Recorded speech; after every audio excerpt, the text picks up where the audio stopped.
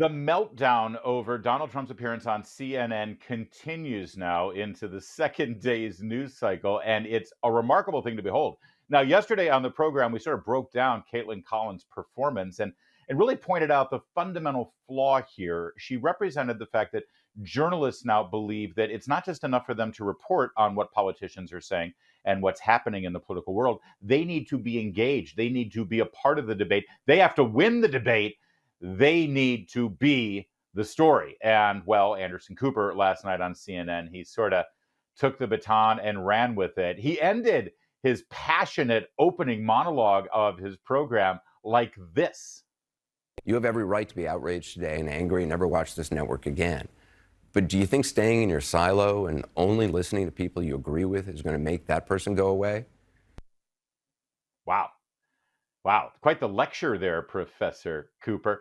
But also an extraordinary moment when the highest rated host on that network, which is true, but also not saying a whole lot, is telling his audience, yeah, I get it if you never want to watch this anymore. Now, if you're the president of CNN, how do you not fire this guy? I mean, he's the only guy with an audience, and he's basically saying, you should probably look elsewhere. You kidding me?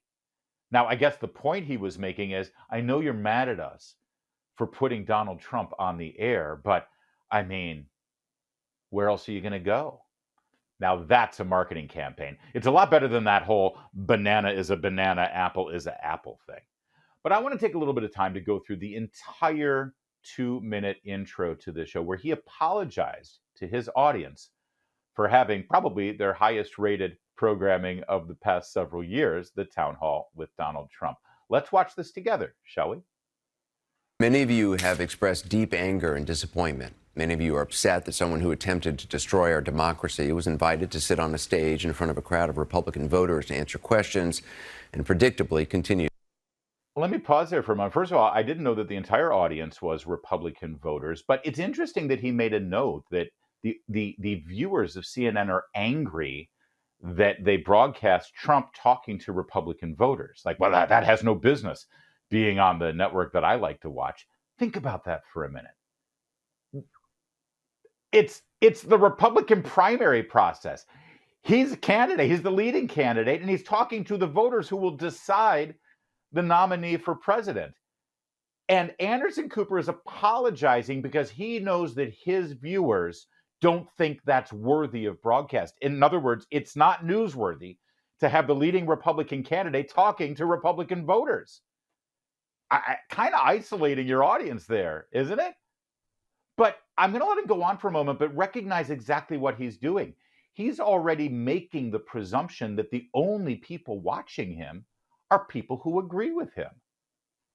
Well, now that's an odd way to build an audience, isn't it? I mean, how many friends of yours do you know who are liberal or Democrats who watched Tucker Carlson, who watch Fox News? In fact, polls show that there are a lot of liberals who watch Salem News Channel and The Blaze and Newsmax and other right of center media outlets. It's why we're successful.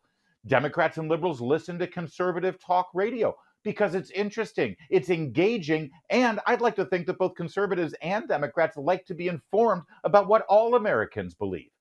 But Anderson Cooper, at this moment, as you continue to watch this, recognize that he's communicating that he assumes the opposite. He assumes that only his audience is there to agree with what he has to say. He's probably right, by the way, but it's an incredible admission about what CNN has become, especially while they continue to claim that they're unbiased, that they're really just about the news and facts and the truth. All right, let's watch more Anderson, shall we? To spew lie after lie after lie. And I get it. It was disturbing. It was disturbing to see and hear that person refer to a black law enforcement officer as a thug, an adjective he used many times to describe black men, and call Caitlin Collins, the moderator, nasty, which is what he calls anyone. Hold on just a second here. I loved the fact, by the way, that he refuses to use Donald Trump's name, that person, that person. Is it because he knows just the name Trump is going to trigger his audience? And is that news? I mean, is it factual and truthful to not actually name the individual that is the subject of the discussion here? No, that's churlish and it's acting like a petulant little toddler. But, well, you know, he's the billionaire child of the Vanderbilt, so I guess it's a hard habit to break. But more importantly, he's sitting there talking about how, oh, it's terrible to hear President Trump refer to a black law enforcement officer as a thug. Let's roll back the tape and find out what was said on CNN about the officer outside of St. Louis, Missouri, who ended up using his firearm in self defense to kill a criminal. You remember all of the Ferguson, Missouri riots over that officer who had to hide his identity and protect his own life because national media like CNN called him a murderer? I don't know. I'd rather be called a thug than a murderer, Anderson. All right, let's watch some more. Woman who stands up to him. It was disturbing to hear him speak so highly of QAnon conspirators and insurrectionists who assaulted police officers in our democracy on January 6th. And it was awful to hear him spread ridiculous. That you've got Van Jones who praises the Black Lives Matter rioters who burned down stores and inner cities. You've got other commentators who never have a negative thing to say about Antifa. Now I'm not making apologies for so-called QAnon insurrectionists or whatever they're saying over there on CNN.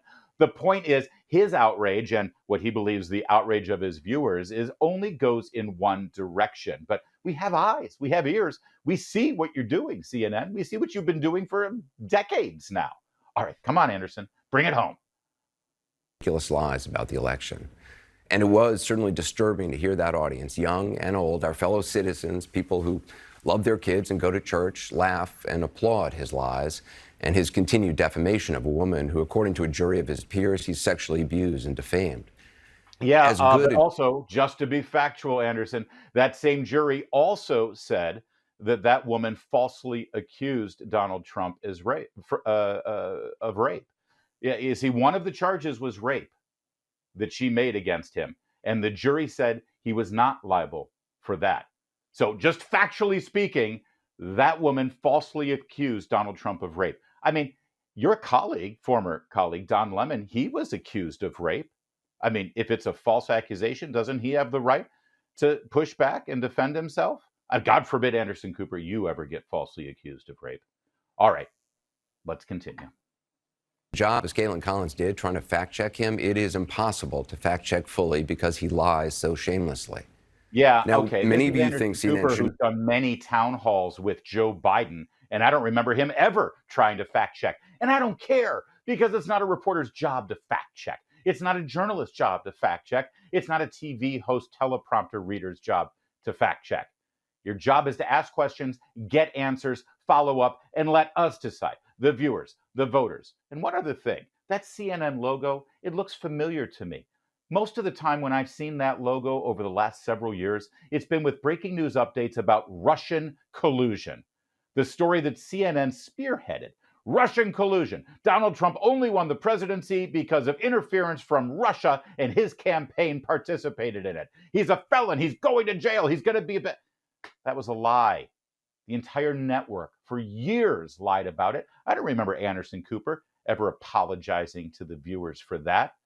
In fact, I'll bet you in the next week, Adam Schiff will be a special guest on CNN. Adam Schiff, the man who has lied on a daily basis in this country and on a weekly basis on CNN. Well, Anderson Cooper is right about one thing. You'll be forgiven if you stop watching that network. It's understandable, and we're happy to have you here. There's more to come on O'Connor Tonight.